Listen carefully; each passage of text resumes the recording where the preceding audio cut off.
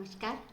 आइए हम आज हमारी इस वीडियो की श्रृंखला में पुनः मिलते हैं और हम चर्चा करते हैं आज रामधारी सिंह दिनकर के व्यक्तित्व और उनके कृतित्व की।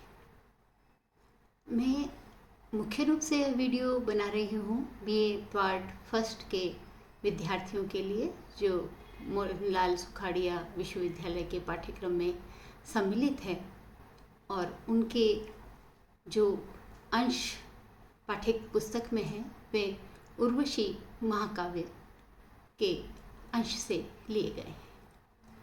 किंतु हमें उससे पहले यह भी जानना होगा कि रामधारी सिंह दिनकर का व्यक्तित्व हमारे हिंदी साहित्य की एक प्रमुख धाती है।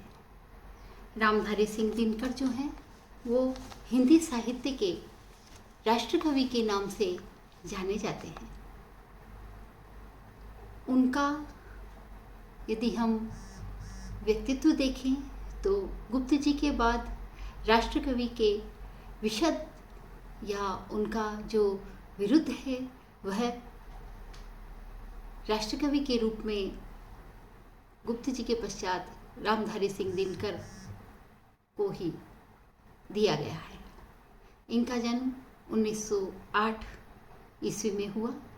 भारत में जन जागरण की जो काव्यधारा भारतेंदु हरिश्चंद्र से मुखरित हुई, स्फुरित हुई, उसको दिनकर जी उसी काव्यधारा के प्रमुख कवि हैं।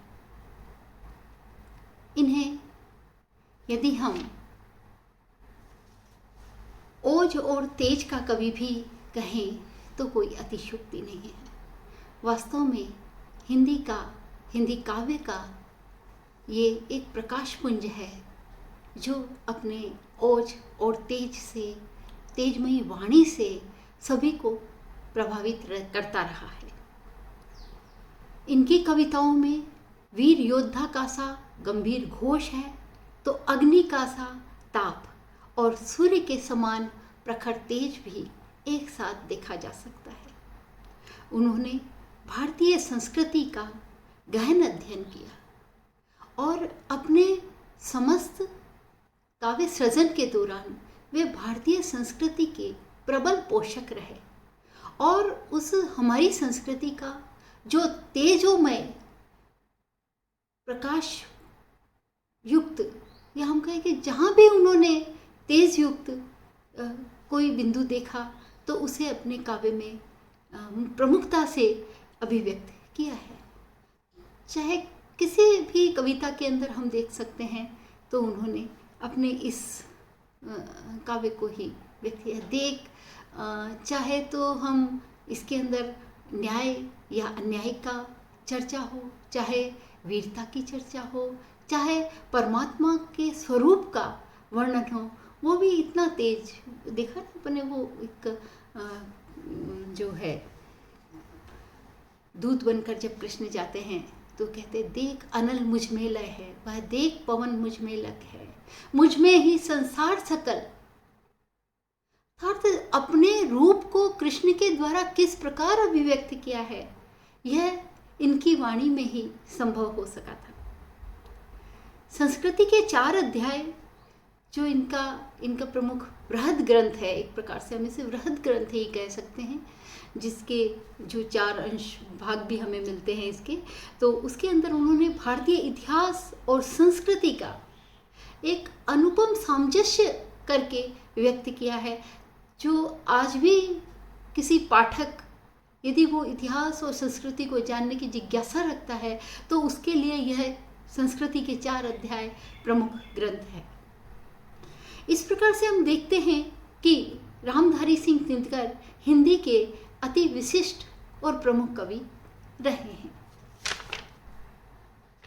हम ये देखें कि इनकी प्रमुख रचनाएं जो हैं वो कौन कौन सी है, तो स्वतंत्रता आंदोलन के दौरान दिनकर जी ने अपनी ओजस्वी वाणी में भारत के सांस्कृतिक गौरव का गुणगान हर पहलू से किया, हर साहित्य में किया। भारतीय जनता में उन्होंने अपनी वाणी के द्वारा एक नई चेतना का संचार करने का पूरा प्रयत्न किया। पूरी कोशिश, उनकी शिद्दत के साथ उन्होंने कोशिश की कि उनके अंदर एक तेज का, एक ओज का संचार हो, स्वतंत्रता के लिए, प्राप्ति के लिए जिसकी आवश्यकता थी। हुंकार, द्वंद्व गीत, कुरुक्षेत्र, इतिहास के आंसू, रश्मि रथी, धूप और धुआं, उर्वशी, परशुराम की प्रतिज्ञा, ये इनके बहुत ही प्रसिद्ध काव्य ग्रंथ हैं।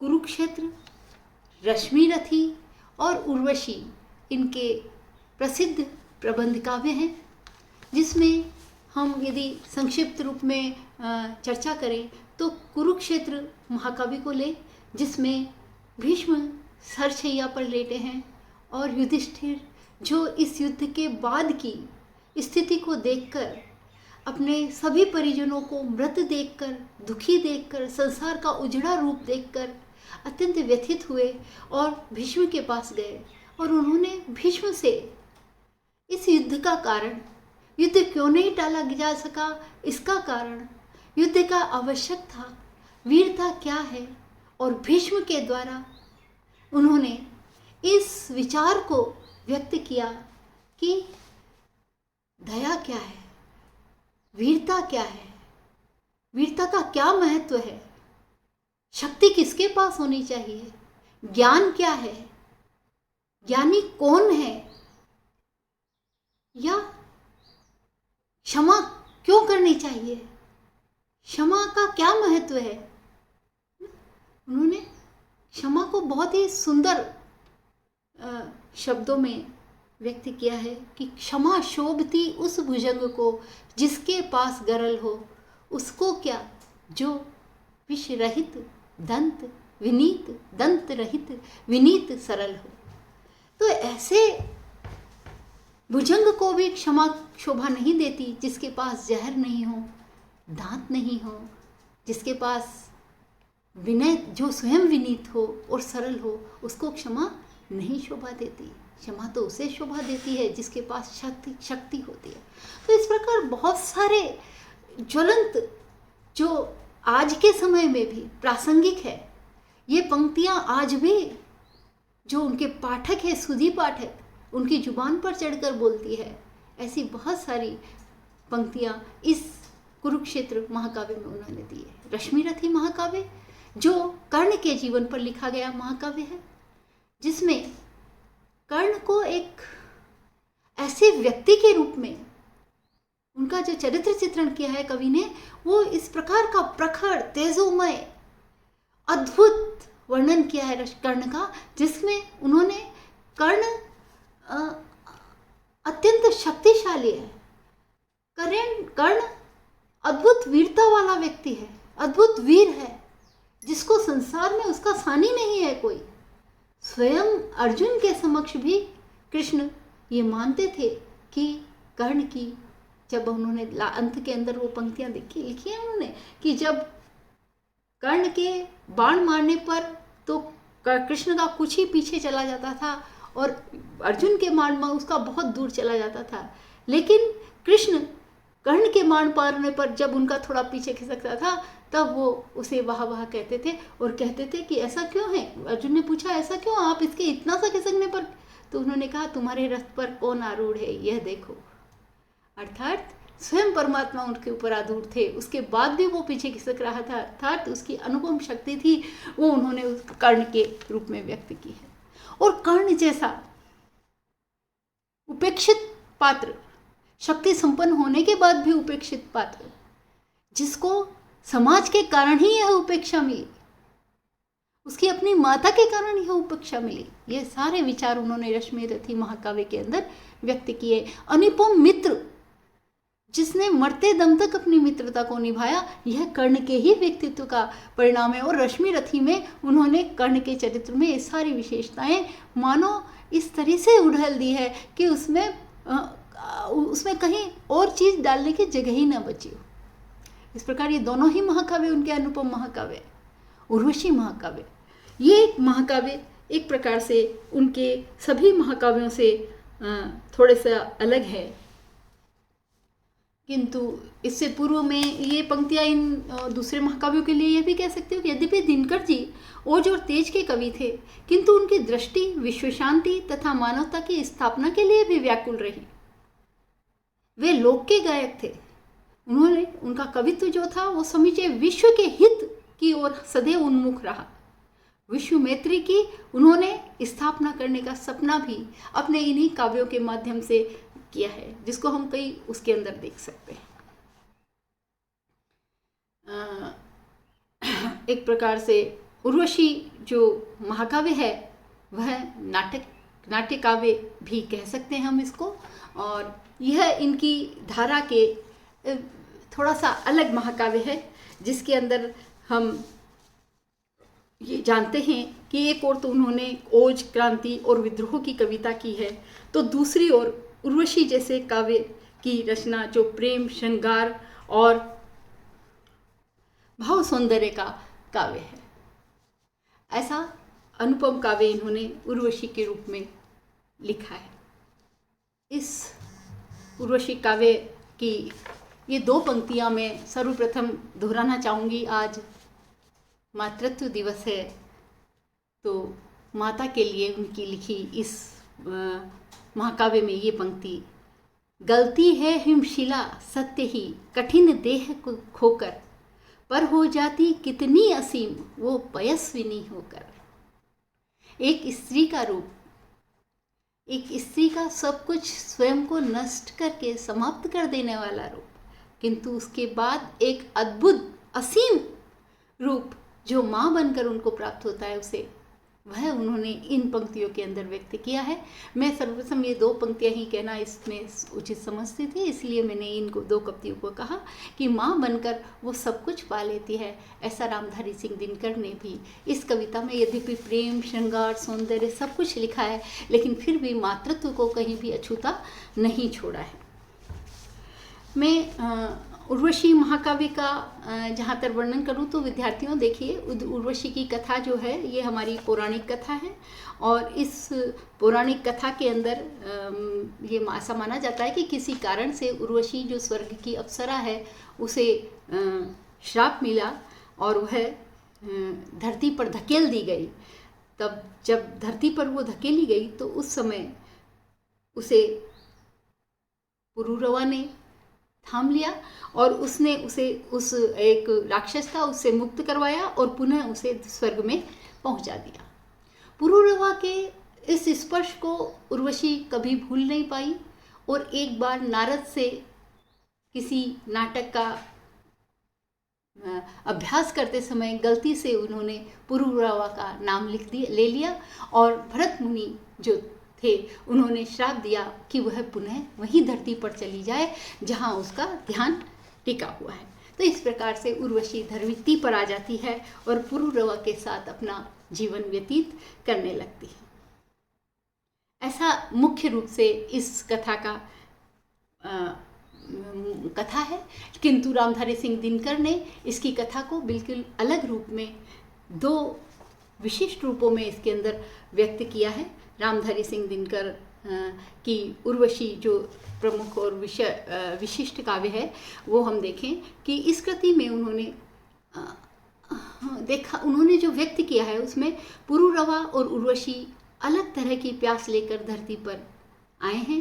पुरूरवा धरती का पुत्र है, उर्वशी देवलोक से उतरी हुई नारी है। पुरूरवा के भीतर देवत्व की तृष्णा है, प्यास है, और उर्वशी सहज निश्चल भाव से पृथ्वी का सुख भोगना चाहती है। अर्थात मनुष्य देवत्व की ओर और देवत्व जो है वो धरती की ओर आपस में लालायित रहता है। उर्वशी प्रेम और सौंदर्य का काव्य है। प्रेम और सौंदर्य की मूल धारा में जीवन दर्शन संबंधी अन्य छोटी छोटी धाराएं आकर मिल जाती है। प्रेम और सौंदर्य का जो विधान कवि ने बहुत ही व्यापक धरातल पर इस काव्य में किया है। कवि ने प्रेम की छवियों को मनोवैज्ञानिक धरातल पर भी व्यक्त किया है। हमारा जो पाठ्यक्रम के अंदर अंश है उसमें भी नारी के सौंदर्य को और पुरूरवा का उसके प्रति जो आकर्षण है वह ही हमारे कोर्स का अंश है। हम इसमें देखते हैं कि दिनकर की भाषा जो है वो बहुत ही सुंदर है, प्रत्यक्ष है, सादगीपूर्ण है, किंतु उर्वशी में इनकी भाषा के अंदर अलंकृति का एक अलग सा सौंदर्य है। अर्थात उर्वशी की जो भाषा है वह अलंकारित भाषा है। उसमें उन्होंने शब्दों को, लगता है कि जिस प्रकार से व्यक्ति के सौंदर्य को सजाया जाता है वैसे ही इसके अंदर उन्होंने भाषा को भी सजा दिया है। यह उर्वशी महाकाव्य के अंदर प्रमुखता से देखा जा सकता है। 1961 में इसकी यह रचना प्रकाशित हुई थी और हम कहें कि 1972 में, क्षमा करें, 72 में इसे ज्ञानपीठ पुरस्कार दिया गया। अर्थात इस रचना के परिप्रेक्ष्य में ही रामधारी सिंह दिनकर को जो है ज्ञानपीठ पुरस्कार दिया गया था। तो इस प्रकार से हम देखते हैं कि उर्वशी जो महाकाव्य है उसमें मुख्य रूप से कवि ने एक द्वंद्व को रचा है। इस द्वंद्व में हम देखें कि धरती और स्वर्ग का द्वंद्व है। पुरुरवा धरती का वासी है और वह स्वर्ग की प्यास रखता है। वो उर्वशी को और उर्वशी के माध्यम से स्वर्ग को देखना चाहता है, जीना चाहता है, स्वर्ग के प्रति लालायित रहता है। तो यह एक द्वंद्व, और धरती अर्थात उर्वशी स्वर्ग की वासी है, अप्सरा है, किंतु वह धरती के सुख को भोगना चाहती है, प्रेम को भोगना चाहती है, पुरुरवा को, धरती के मनुष्य का प्रेम भोगना चाहती है, मातृत्व का सुख भोगना चाहती है। अर्थात धरती के अंदर जितने भी सुख हैं उनको वो प्राप्त करना चाहती है। स्वर्ग, वहां तो दुख है ही नहीं, लेकिन फिर भी मनुष्य पुरुरवा जो स्वर्ग को प्राप्त करना चाहता है। तो मनुष्य के पास जो नहीं है उसके प्रति वह सदैव से लालायित सा रहता है। यह इस काव्य के अंदर बहुत से अंश के अंदर हमें दिखाई देता है।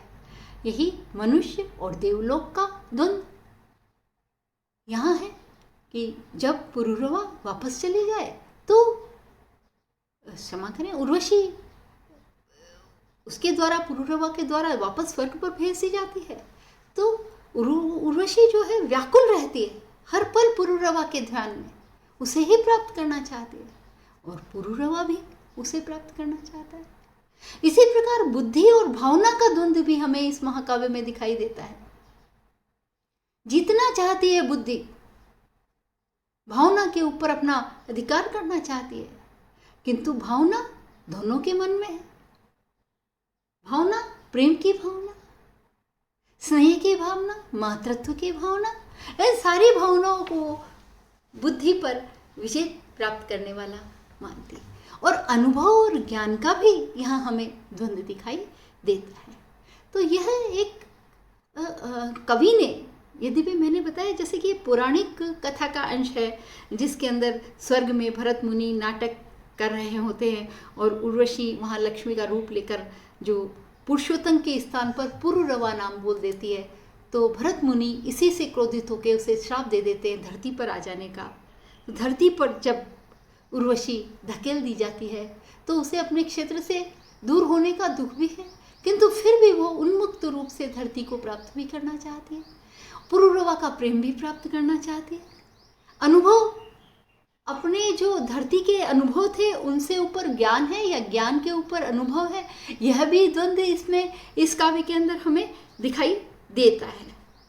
तो एक प्रकार से हम देखते हैं कि यह जो काव्य है यह पौराणिक कथा से इतर हर युग के अंदर जो मनुष्य की भावनाओं का द्वंद्व है, जो मनुष्य के मन में बैठा हुआ एक प्रकार से वैचारिक द्वंद्व है, उसको भी कवि ने, रामधारी सिंह दिनकर ने इस काव्य के अंदर व्यक्त किया है, जो अन्य साहित्यिक रचनाओं के बिल्कुल अलग है। जो उनकी ओजमयी धारा थी काव्य की, उस धारा से बिल्कुल भिन्न इस उर्वशी महाकाव्य को उन्होंने लिखा है। दूसरी ओर हम भाषा के ऊपर यदि चिंतन करें तो दिनकर भाषा पर दिनकर का असाधारण अधिकार है, यह तो कहना ही होगा। शब्द जैसे मानो स्वतः, यदि ओज की कविता है तो ओजपूर्ण शब्द, प्रेम की कविता है तो प्रेमपूर्ण का शब्द, सौंदर्य की कविता है तो वैसे शब्द स्वतः ही अपने आप इसकी कविता में आकर जुड़ जाते हैं। तो प्रभावपूर्णता जो है वो इनके काव्य के अंदर विशेष रूप से दिखाई देती है। जहाँ ओज है वहाँ प्रवाह भी है, प्रेम है, सौंदर्य है, फिर भी प्रवाह है। हर जगह हर स्थान पर उनका प्रवाहपूर्ण रूप हमें विशेष रूप से इनके काव्य में दिखाई देता है। इनकी बहुत सारी कविताएं, बहुत ही विशेष कविताएं हैं जो इन्होंने अपने काव्य के अंदर व्यक्त की है।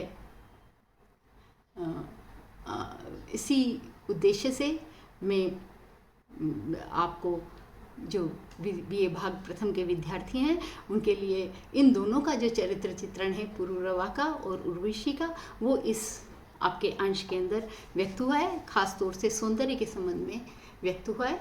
अतः बहुत ही सुंदर काव्य है और रामधारी सिंह दिनकर अनुपम इस हिंदी साहित्य के एक हम कहें कि देवीय देन है हमारे हिंदी साहित्य को। यदि रामधारी सिंह दिनकर न मिले होते तो इतना अर्थपूर्ण काव्य से अछूता रह जाता हमारा काव्य। धन्यवाद।